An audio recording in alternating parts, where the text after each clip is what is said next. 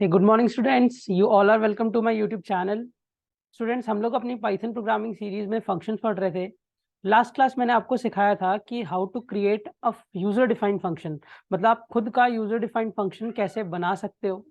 और मैंने last lecture में मैंने आपको बताया था कि नेक्स्ट वीडियो जो लाऊंगा उसमें मैं एक ट्रिक मेथड बताऊंगा जिससे आपको फंक्शन का कोई भी प्रोग्राम करने में कभी दिक्कत होगी नहीं।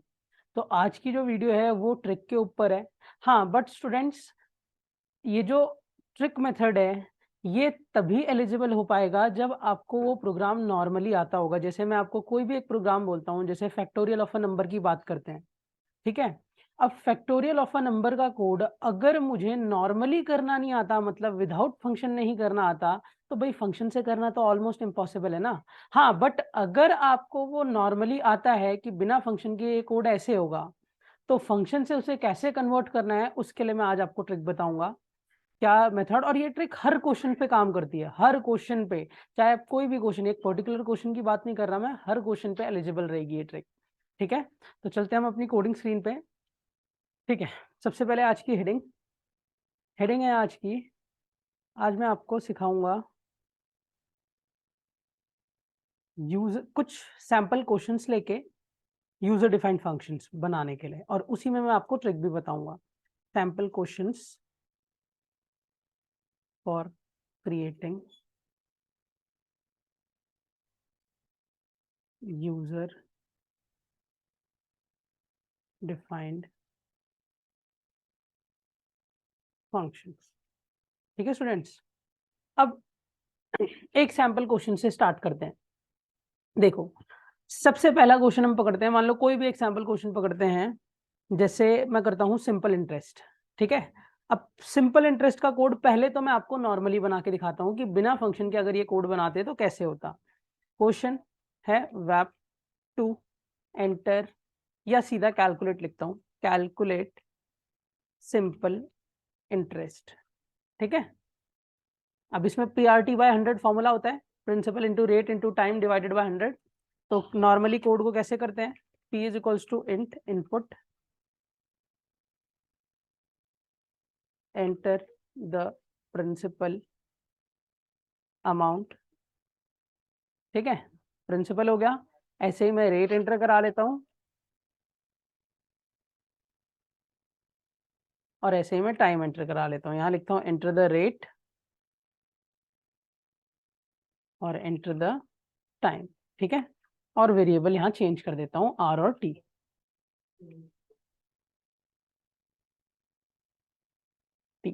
ठीक है स्टूडेंट्स। अब फॉर्मूला ये कहता है कि सर एक SI नाम का वेरिएबल बनाओ, P into R into T और डिवाइडेड बाय 100 कर दो, बस हो गया। प्रिंट सिंपल इंटरेस्ट इज, और फिर SI वेरिएबल को हम डिस्प्ले कर देते हैं। Clear students? तो आपको सभी को ये कोड क्लियर होगा कि भाई हाँ, ये कोड हमें नॉर्मली समझ आ गया। अब सेम क्वेश्चन अगर मैं यूजिंग फंक्शन करता, तो यूजिंग फंक्शन करते वक्त मुझे इस क्वेश्चन में एक बात ध्यान रखनी होती कि सर हम जब ये फंक्शन बनाते तो हम सबसे पहले फंक्शन बनाने के लिए डेफ कीवर्ड लगता है। सेम क्वेश्चन सिंपल इंटरेस्ट के लिए यूजिंग फंक्शन कर रहा हूँ, डेफ के बाद फंक्शन का नाम आता है। अब फंक्शन का नाम आप कुछ भी रख सकते हो, तो मैं सिंपल INT रख देता हूँ, ठीक है। अब उसके बाद सर हमें एक सिंपल इंटरेस्ट निकालने के लिए कितनी वैल्यूज की जरूरत पड़ती है।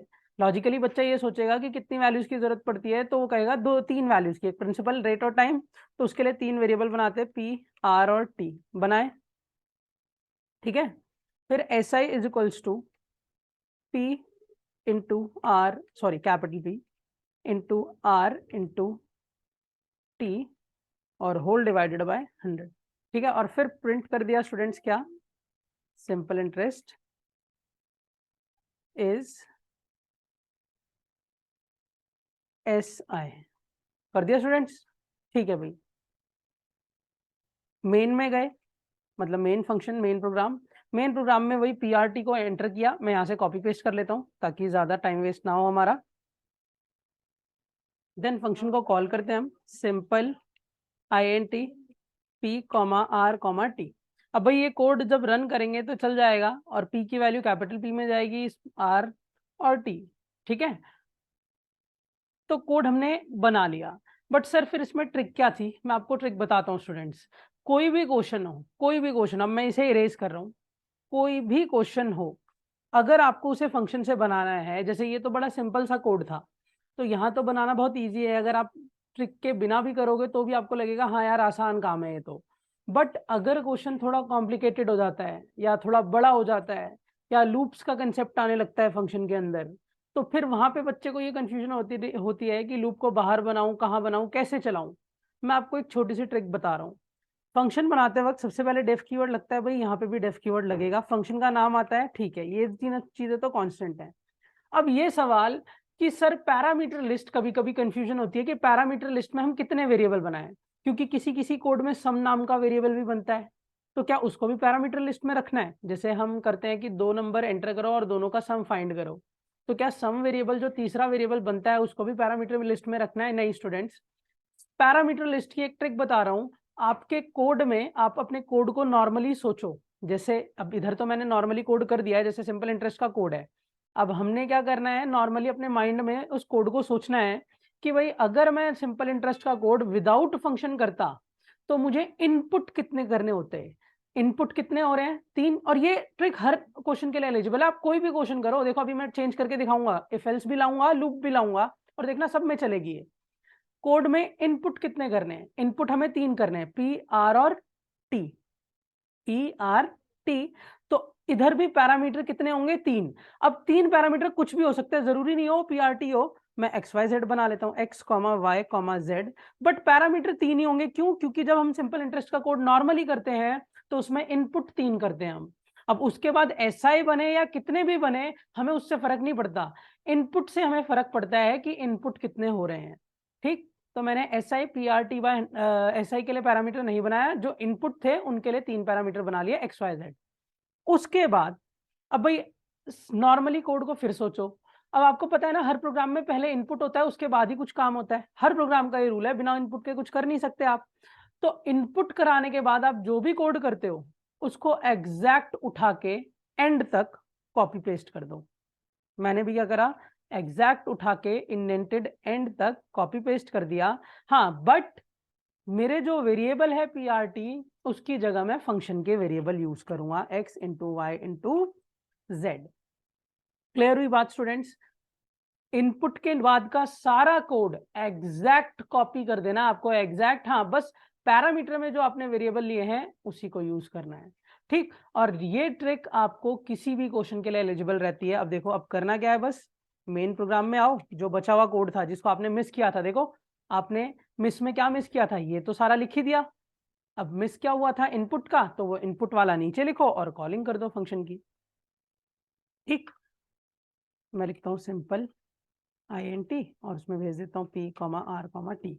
अब जैसे यही ट्रिक मैं एक बार किसी लूप के क्वेश्चन के लिए चला के दिखाता हूँ आपको, ठीक है। इतने कंटेंट को मैं कमेंट बना देता हूँ, जैसे सिंपल इंटरेस्ट तो इजी था, इसे हटाता हूँ और मैं प्राइम नंबर का क्वेश्चन पकड़ता हूँ, ठीक है। क्वेश्चन है वैप to enter a number and check whether it is prime or not, ठीक है। अब पहले मैं उसे नॉर्मली करके दिखा दूंगा आपको। क्वेश्चन है वैप to enter a number and check whether it is prime or not, वो प्राइम है या नहीं। तो इस कोड को अगर हम नॉर्मली करेंगे तो भाई एक नम नाम का वेरिएबल बनाएंगे, int input enter a number, ठीक है स्टूडेंट्स। नंबर एंटर करने के बाद फिर हम एक लूप चलाते हैं, फॉर आई इन रेंज, ये रेंज 2 से शुरू होता है और मैंने आपको बताया था कि नंबर के हाफ तक चलता है, बिल्कुल। अब जिस बच्चे को ये डाउट है कि ये नंबर के हाफ तक क्यों चलाया सर ने, वो मेरी फॉर लूप वाली कोडिंग एक्सरसाइज वीडियो देख सकते हैं, उसमें मैंने एक क्वेश्चन करा रखा है 2 से लेके नंबर के हाफ तक। अब इफ अगर आपका नम किसी भी आई की वैल्यू से डिवाइड होके रिमाइंडर 0 दे देता है, किसी भी आई की वैल्यू से डिवाइड होके रिमाइंडर 0 दे देता है, तो उसी टाइम बोल दो नंबर इज नॉट प्राइम, ठीक, नंबर इज नॉट प्राइम। और यहीं पे लूप ब्रेक, और वरना एल्स, एल्स लूप का होगा ना कि इफ का, प्रिंट नंबर इज प्राइम। ठीक है, अब मैं पहले आपको कोड रन करके दिखाता हूँ। कोड रन करते हैं हम, तो आप देखोगे ये नंबर डालने के लिए बोलेगा। मैं नंबर 23 जानबूझ के प्राइम नंबर डालता हूँ, आता है नंबर इज प्राइम, मतलब ये सही चल रहा है। ठीक है, अब सर अगर इस क्वेश्चन को हमें फंक्शन से कन्वर्ट करना है, ठीक है, देखो अब सेम कोड यूजिंग फंक्शन दिखा रहा हूं और ट्रिक का यूज करूंगा, ना कि मैं ये सोचूंगा कि मुझे कोड में करना क्या है। यूजिंग फंक्शन, ट्रिक का यूज क्या था? सर ने हमें ट्रिक में ये बताया था कि सबसे पहले डेफ कीवर्ड लगाओ, फिर फंक्शन का नाम, फंक्शन का नाम मैं चेक प्राइम रख दूं।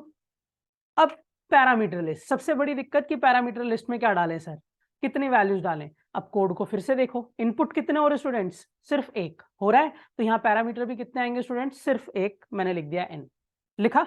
उसके बाद मैंने क्या बोला था कि इनपुट के नीचे का सारा कोड, जितने भी इनपुट, जब इनपुट सारे खत्म करा लोगे, उसके नीचे का सारा कोड यहाँ एग्जैक्ट कॉपी पेस्ट करो। तो मैं यहाँ से कॉपी उठाता हूँ और नीचे लाके पेस्ट कर देता हूँ। ठीक है, और थोड़ा बहुत इंडेंटेशन का रूल बिगड़ा है तो उसे ठीक कर देता हूँ। ये इफ इंडेंट हो गया, प्रिंट को इंडेंट कर देते हैं और ब्रेक प्रिंट के नीचे आएगा। एल्स फॉर लूप का है तो ये फंक्शन के अंदर इंडेंटेड, ये प्रिंट। ठीक है, हो गया कोड, बिल्कुल सही है। बट हाँ, मैंने आपको क्या बताया था, आपने पैरामीटर में जो वेरिएबल यूज करा है वो n करा हुआ है, ना कि नम। तो हम इधर n बनाएंगे, ना कि नम। n फ्लोर डिवीजन बाय 2 करेंगे। अब यहाँ पे इसको मैं आपको रन करके दिखाता हूँ। पहले मैं इसको कमेंट बना देता हूँ अपने नॉर्मल वाले कोड को। ठीक है, ये कमेंट हो गया, ये मेरा फंक्शन बनके तैयार हो गया है। ट्रिक मैंने यूज करी है, जैसा मैंने आपको बताया था।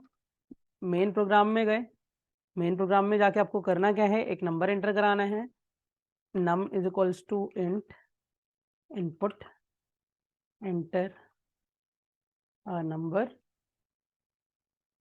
ठीक है, और फिर फंक्शन कॉल करनी है चेक प्राइम, और प्राइम में बस n को भेज दो। हो गया कोड, रन करेंगे तो एग्जैक्ट, सॉरी n नहीं, नम को भेज दो, हमने नम में इनपुट करा है ना।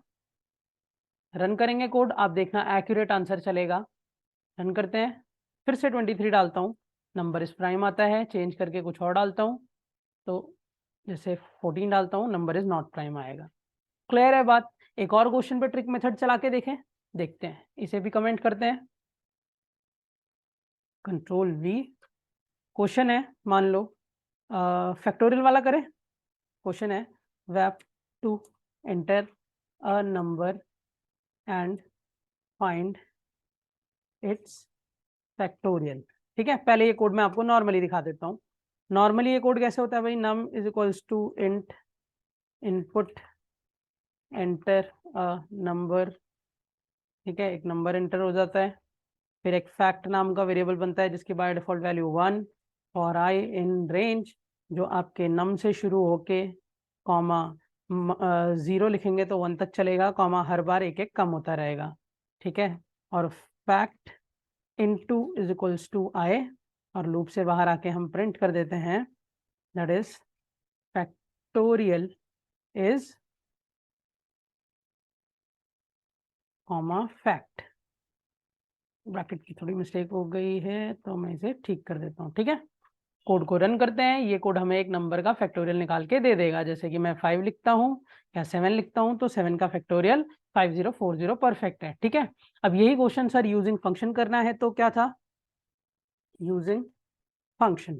ठीक है, क्या करेंगे, डेफ फंक्शन का नाम ही मैं फैक्टोरियल रख लेता हूँ। पैरामीटर क्या बताया था, ट्रिक क्या थी स्टूडेंट्स, जितने इनपुट उतने पैरामीटर, एन बना लिया। जैसे इनपुट मेरा नाम था तो मैंने एन बना लिया, फिर इनपुट के नीचे का सारा code exact copy paste, control C, नीचे आके कंट्रोल वी। ठीक है, इंडेंटेशन थोड़ी बहुत ठीक करते हैं, इंडेंटेशन एंड अगेन इंडेंटेशन। और जो ये पैरामीटर मैंने एन यूज करा है तो मैं उसे यहाँ पे यूज करूंगा, नम की जगह एन यूज करूंगा। ठीक, अब बस आके मेन प्रोग्राम में आपको एक नंबर एंटर करना है। मान लो नम में आपने इनपुट किया, int input enter a number. ठीक है, और फिर आपने फंक्शन को कॉल कर दिया दैट इज फैक्टोरियल, और उसमें n को नम को भेज दिया। कोड रन करके देखते हैं कि सही चल रहा है कि नहीं, वैसे तो चलेगा ही, बट स्टिल एक बार चेक कर लेते हैं। यहाँ पे कमेंट करते हैं, यहाँ तक इसे रन करते हैं, 7 डालते हैं फिर से 5040। तो होप सभी को आज ये ट्रिक मेथड समझ आया होगा। और ये ट्रिक ना स्टूडेंट्स चाहे कोई भी क्वेश्चन हो, हाँ, जो फंक्शन आप अपने आप से अपने दिमाग से सोच के खुद बना रहे हो कि भाई ये चीज मुझे अपने आप से सोच के खुद से अपने आप कुछ भी काम करवाना है, कहीं पे डिवाइड कराना है, कहीं पे मल्टीप्लाई, वो उसमें ये ट्रिक नहीं खेलेगी। बट हाँ, जो प्री डिफाइंड क्वेश्चन है पहले, जैसे जो प्रोग्राम है, आपके सामने कोई प्रोग्राम आता है, आपको प्रोग्राम नॉर्मली पता है, जैसे फैक्टोरियल हो गया, प्राइम हो गया, लिस्ट का कोई कोड हो गया, डिक्शनरी का कोई कोड हो गया, मैंने पीछे आपको जितनी भी कोडिंग एक्सरसाइज कराई ना, उन सब क्वेश्चंस को आप फंक्शन से कन्वर्ट कर सकते हो, सारे क्वेश्चंस को स्टूडेंट्स। तो ये ट्रिक मेथड थी कि आप कैसे, और यही चलाना क्या, इनपुट के नीचे का कोड कॉपी पेस्ट और फिर सीधा मेन प्रोग्राम में कॉलिंग।